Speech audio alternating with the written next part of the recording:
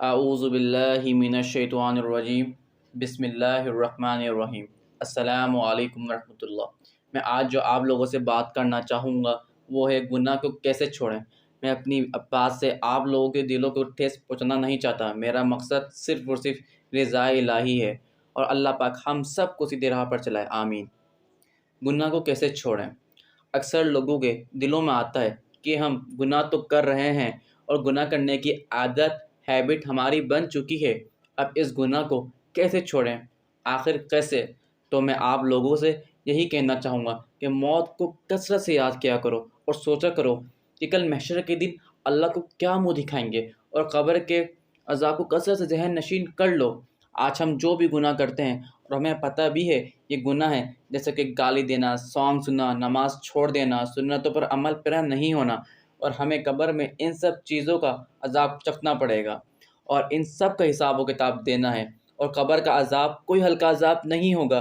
تو جب بھی کوئی گناہ کرنے کا ارادہ ہو یا عادت بن چکی ہے تو بس یہی سوچ لو کہ اللہ نے تمہیں مسلمان گھرانے میں پیدا کیا، ایک اچھے گھرانے، دیندار گھرانے میں پیدا کیا، اور ہمیں بولنے کے لیے زبان، دیکھنے کے لیے آنکھیں، سننے کے لیے کان، کام کرنے کے لیے ہاتھ، اور چلنے کے لیے پاؤں دیے۔ اللہ پاک نے ہمیں کسی نعمت سے محروم نہیں رکھا، ہم پھر بھی اس کی نعمتوں کا غلط استعمال کر رہے ہیں، اس کی دی ہوئی امانتوں میں خیانت کر رہے ہیں۔ وہ دن دور نہیں جب اللہ چاہے ہم سے کسی بھی وقت ان نعمتوں کو چھین سکتا ہے اور ہمیں معذوری میں مبتلا کر دے۔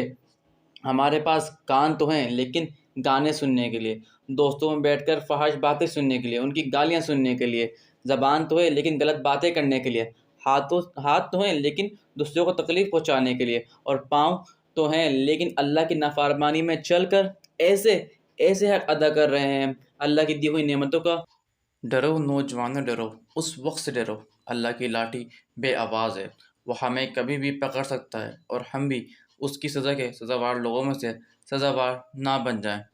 سنیے اللہ پاک قرآن پاک میں سورۃ الزاریہ آیات نمبر 56، 57، 58 میں کیا فرما رہے ہیں؟ وَمَا خَلَقْتُ الْجِنَّ وَالْإِنسَ إِلَّا لِيَعْبُدُونِ مَا أُرِيدُ مِنْهُم مِّن رِّزْقٍ وَمَا أُرِيدُ أَن يُطْعِمُونِ إِنَّ اللَّهَ هُوَ الرَّزَّاقُ ذُو الْقُوَّةِ الْمَتِينُ۔ آیات نمبر 56 میں اللہ پاک نے کہا، میں نے جنات اور انسانوں کو محض اس لیے پیدا کیا کہ وہ میری عبادت کریں، نہ میں ان سے روزی چاہتا ہوں اور نہ میری یہ چاہت ہے کہ مجھے کھلائیں۔ اللہ تعالیٰ تو خود ہی سب کا روزی رساں، توانائی والا اور زور آور ہے۔ سنیے اللہ پاک نے کیا فرمایا کہ جنات کو، انسانوں کو اپنی عبادت کے لیے پیدا کیا ہے، اور آج کل ہم لوگ کہاں لگے ہوئے ہیں؟ انسان اللہ کی نافرمانی کر رہے ہیں، سانگ سن رہے ہیں، نمازیں چھوڑ رہے ہیں، سنتوں پر عمل ہم لوگ پیرا ہو ہی نہیں رہے۔ ہمارے قول فعل بالکل ایک مسلمان کے جس طرح ہونے چاہیے اس طرح ہے ہی نہیں۔ کتنے افسوس کی بات ہے، ہمارے جو باڈی پارٹس ہیں ہم ان کا غلط استعمال کر رہے ہیں۔ اللہ پاک نے ہمیں دیے ہیں وہ، تو ہمیں چاہیے کہ ہم اسی کی مطابق چلائیں، کہ اللہ پاک نے جو ہمیں حکم دیا ہم اسی کے مطابق چلیں۔ جو ہمارے پاس زبان ہے ہم اس کا غلط استعمال نہ کریں، اس سے غلط باتیں نہ ادا کریں۔ ہمیں چاہیے کہ ہم اس سے اچھی بات کریں۔ زبان ہے تو اللہ کی تلاوت سے اس کو تر رکھیں، حدیث پڑھیں، اسے آگے پڑھائیں، اور کان ہے تو اچھی باتیں سنیں، اللہ پاک کی تلاوت سن لیں، اچھی اچھی چیزیں سنیں۔ آنکھیں ہیں تو فحش چیزیں نہ دیکھیں بلکہ اچھی چیزیں دیکھیں۔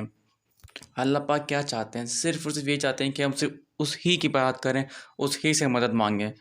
آگے اللہ پاک نے کیا فرمایا؟ نہ ان سے میں روزی چاہتا ہوں اور نہ میری یہ چاہتے کہ مجھے کھلائیں۔ بس اللہ پاک یہی چاہتے ہیں کہ انسان کا جو دل ہے صرف اور صرف اس میں اللہ ہی رہے۔ آگے سنیے اللہ پاک کیا فرماتے ہیں سورہ ملک آیات نمبر 2 میں، الذی خلق الموت والحیات لیبلوکم ایکم احسن عملا وہو العزیز الغفور۔ جس نے موت اور حیات کو اس لیے پیدا کیا کہ تمہیں آزمائے کہ تم میں اچھے کام کون کرتا ہے، اور وہ غالب اور بخشنے والا ہے۔ سنیے اس آیات میں اللہ پاک نے کیا کہا ہے کہ اللہ پاک نے انسان کو پیدا کیا ہے کہ وہ تمہیں آزمائے گا کہ تمہیں اچھے کام کون کرتا ہے۔ اس نے ہمیں باڈی پارٹس تو دیے ہیں، اب ہم اس کا صحیح جگہ استعمال کر بھی رہے ہیں یا نہیں۔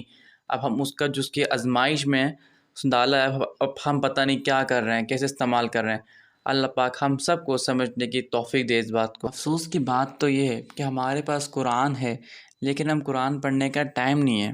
کتنے افسوس کی بات ہے، وہ دن ہوگا قیامت کا جب قرآن ہم سے اٹھا لیا جائے گا، کیا عالم ہوگا اس دن کا، سوچیے ذرا۔ آج ہمارے پاس قرآن ہے تو ہم اس سے فائدہ اٹھا ہی نہیں رہے۔ سنیے سورۃ القمر آیات نمبر 17، 22، 32 اور 40 میں اللہ پاک نے کیا فرمایا؟ وَلَقَدْ يَسَّرْنَا الْقُرْآنَ لِلذِّكْرِ فَهَلْ مِن مُدَّكِرٍ، اور بے شک ہم نے قرآن کو سمجھنے کے لیے آسان کر دیا ہے، بس کیا کوئی نصیحت حاصل کرنے والا ہے؟ یہی بات اللہ پاک نے 4 دفعہ فرمائی اس صورت میں کہ کوئی ہے نصیحت پانے والا، کوئی ہے جو اٹھے اور پڑھے قرآن کو۔ لیکن افسوس ہم لوگ کوئی نصیحت اس سے حاصل ہی نہیں کرتے۔ کیسے کریں گے؟ ہمارے پاس ٹائم ہی نہیں پڑھنے کا۔ ہمارے پاس ٹائم ہے تو فیس بک چلانے کا، انسٹاگرام چلانے کا، اسنیپ چیٹ چلانے کا، ہر چیز چلانے کا ٹائم ہے۔ ہمارے پاس ٹائم نہیں ہے تو قرآن پڑھنے کا نہیں ہے۔ کتنے افسوس کی بات ہے۔ سنیے ذرا غور فرمائیے گا۔ اپنی بات کا اختتام کچھ آیات کے ذریعے کرنا چاہوں گا۔ سورہ مومنون آیات نمبر 99۔ دیکھیے اللہ پاک کیا ارشاد فرما رہے ہیں، سنیے۔ یہاں تک کہ جب ان میں سے کسی کو موت آنے لگتی ہے تو کہتا ہے اے میرے پروردگار مجھے واپس لوٹا دے۔ جب اس کو موت آنے لگتی ہے تو کہتا ہے مجھے اللہ موقع دے دے، یا اللہ مجھے موقع دے دے۔ جب زندگی میں حیات ہوتا ہے تو موقع ہی موقع ہوتے ہیں، تو جب اس موقع سے فائدہ نہیں اٹھاتا، اور جب اللہ پاک کے پاس جانے لگتا ہے تو کہتا ہے اللہ ایک موقع اور دے دے۔ اس ٹائم اللہ پاک کہیں گے کوئی موقع نہیں، اب سارے موقع ختم ہو گئے۔ سنیے آیات نمبر 100 میں اللہ پاک کیا کہہ رہے ہیں کہ اپنی چھوڑی ہوئی دنیا میں جا کر نیک اعمال کر لوں، ہرگز ایسا نہیں ہوگا۔ یہ تو صرف ایک قول ہے جس کا یہ قائل ہے، ان کے پس پشت تو ایک حجاب ہے ان کے دوبارہ جی اٹھنے کے دن تک۔ سوچیے ذرا اس بارے میں، کیا دن ہوگا قیامت کا، کیا عالم ہوگا۔ جب ہمیں موت آنے لگتی ہے تو ہم اللہ پاک سے کہتے ہیں اللہ پاک ایک موقع دے دیجئے، اور ابھی موقع ہیں تو فائدہ اٹھا ہی نہیں رہے، ابھی دل ہی نہیں کرتا ہمارا قرآن پڑھنے کا۔ کتنے افسوس کی بات ہے۔ پھر قیامت کا دن ہوگا کہ ہم کہیں گے اللہ پاک ایک موقع دیجئے، ہم واپس دنیا میں جائیں اور نیک اعمال کر لیں۔ اللہ پاک کہیں گے نہیں، اب کوئی موقع نہیں ہے، اور یہ صرف تمہارا ایک کال ہے۔ اگر تمہیں واپس دنیا میں بھیج بھی دیا جائے، تمہارے کال یہ نہیں ہوں گے، تمہارے فعل ایسے نہیں ہوں گے، تم واپس نافرمانی کرو گے میری، تم اچھے کاموں میں اپنا ٹائم نہیں لگاؤ گے ابھی بھی۔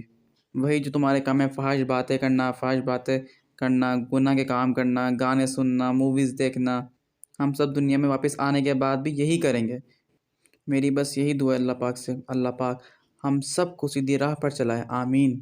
اور جو گناہ ہیں، تمام گناہ ہیں، ہمیں پتہ بھی ہے کہ یہ گناہ ہیں اور ہم کر رہے ہیں، اللہ پاک جو ہم گناہ کر رہے ہیں اللہ پاک ہمیں معاف کرے، اور اس گناہ سے ہمیں لا تعلق کر دے، ہمارا دل صرف اور صرف قرآن سے لگا دے، نبی اکرم صلی اللہ علیہ وسلم کی سنتوں سے لگا دے، اور اپنا دل یہاں وہاں کے لوگوں کے لگانے کے بجائے ہمارا دل ہمارے والدین کے ساتھ لگا دے۔